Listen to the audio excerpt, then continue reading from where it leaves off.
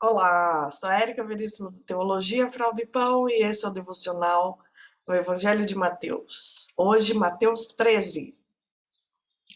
Naquele mesmo dia, Jesus saiu de casa e assentou-se à beira-mar.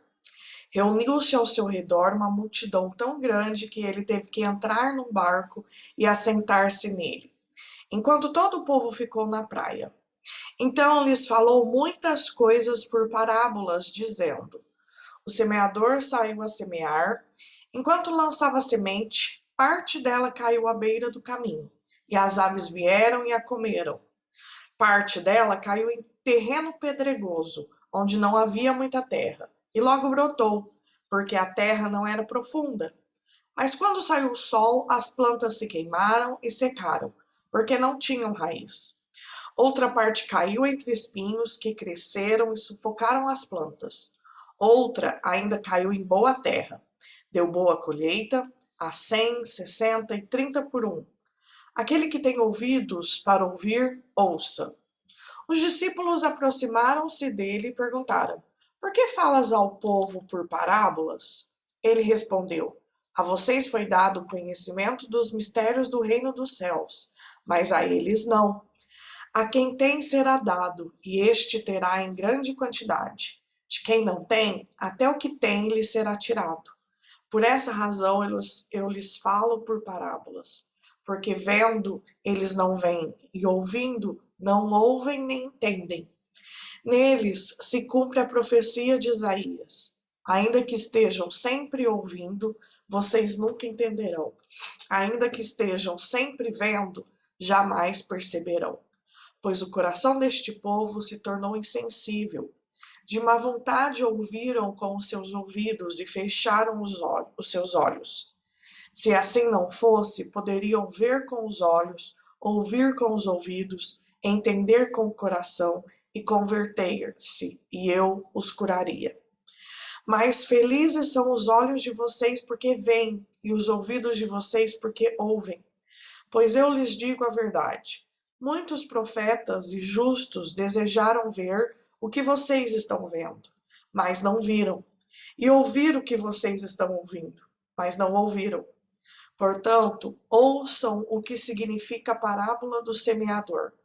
Quando alguém ouve a mensagem do reino e não a entende, o maligno vem, ele arranca o que foi semeado em seu coração. Este é o que foi semeado à beira do caminho. Quanto ao que foi semeado em terreno pedregoso, este é aquele que ouve a palavra e logo a recebe com alegria. Todavia, visto que não tem raiz em si mesmo, permanece por pouco tempo. Quando surge alguma tribulação ou perseguição por causa da palavra, logo a abandona. Quanto ao que foi semeado entre os espinhos, este é aquele que ouve a palavra, mas a preocupação desta vida e o engano das riquezas a sufocam, tornando-a infrutífera. E, finalmente, o que foi semeado em boa terra, este é aquele que ouve a palavra e a entende, e dá uma colheita de 100, 60 e 30 por um. Jesus lhes contou outra parábola, dizendo: O reino dos céus é como um homem que semeou boa semente em seu campo, mas enquanto todos dormiam, veio o seu inimigo e semeou o joio no meio do trigo e se foi. Quando o trigo brotou e formou espigas, o joio também apareceu. Os servos do dono do campo dirigiram-se a ele e disseram: O senhor não semeou boa semente em seu campo? Então de onde veio o joio? O inimigo fez isso, respondeu ele. Os servos lhe perguntaram: O senhor quer que vamos tirá-lo? Ele respondeu: Não, porque ao tirar o joio, vocês poderão arrancar com ele o trigo. Deixem que cresçam juntos até a colheita. Então direi aos encarregados da colheita: juntem primeiro o joio e amarrem-no em feixes para ser queimado. Depois juntem o trigo e guardem-no no meu celeiro. E contou-lhes outra parábola. O reino dos céus é como um grão de mostarda que um homem plantou em seu campo. Embora seja a menor dentre todas as sementes, quando cresce, torna-se a maior das hortaliças e se transforma numa árvore, de modo que as aves do céu vêm fazer os seus ninhos em seus ramos. E contou-lhes ainda outra parábola. O reino dos céus é como o fermento que uma mulher tomou e misturou com uma grande quantidade de farinha, e toda a massa ficou fermentada. Jesus falou todas essas coisas à multidão por parábolas. Nada lhes dizia sem usar alguma parábola, cumprindo-se assim o que fora dito pelo profeta. Abrirei minha boca em parábolas, proclamarei coisas ocultas, desde a criação do mundo. Então ele deixou a multidão e foi para casa. Seus discípulos aproximaram-se dele e disseram: Explica-nos a parábola do joio no campo. Ele respondeu: Aquele que semeou a boa semente é o filho do homem. O campo é o mundo, e a boa semente são os filhos do reino. O joio são os filhos do maligno, e o inimigo que o semeia é o diabo. A colheita é o fim desta era, e os encarregados da colheita são anjos. Assim como o joio é colhido e queimado no fogo, assim também acontecerá no fim desta era. O Filho do Homem enviará os seus anjos, e eles tirarão do seu reino tudo que faz tropeçar, e todos os que praticam o mal. Eles os lançarão na fornalha ardente, onde haverá choro e ranger de dentes. Então os justos brilharão como o sol no reino de seu Pai. Aquele que tem ouvidos, ouça. O reino dos céus é como um tesouro escondido num campo. Certo homem, tendo encontrado, escondeu de novo, e então, cheio de alegria, foi, vendeu tudo o que tinha e comprou aquele campo. O reino dos céus também é como um negociante que procura pérolas preciosas. Encontrando uma pérola de grande valor, foi, vendeu tudo o que tinha e a comprou. O reino dos céus é ainda como uma rede que é lançada ao mar e apanha toda sorte de peixes. Quando está cheia, os pescadores a puxam para a praia. Então se assentam e juntam os peixes bons em cestos, mas jogam fora os ruins. Assim acontecerá no fim desta era. Os anjos virão, separarão os perversos dos justos e lançarão aqueles na fornalha ardente, onde haverá choro e ranger de dentes. Então perguntou Jesus: Vocês entenderam todas essas coisas? Sim, responderam eles. E lhes disse: Por isso, todo mestre da lei instruído quanto ao reino dos céus é como o dono de uma casa que tira do seu tesouro coisas novas e coisas velhas. Tendo terminado de contar essas parábolas, Jesus saiu dali. Chegando à sua cidade, começou a ensinar o povo na sinagoga.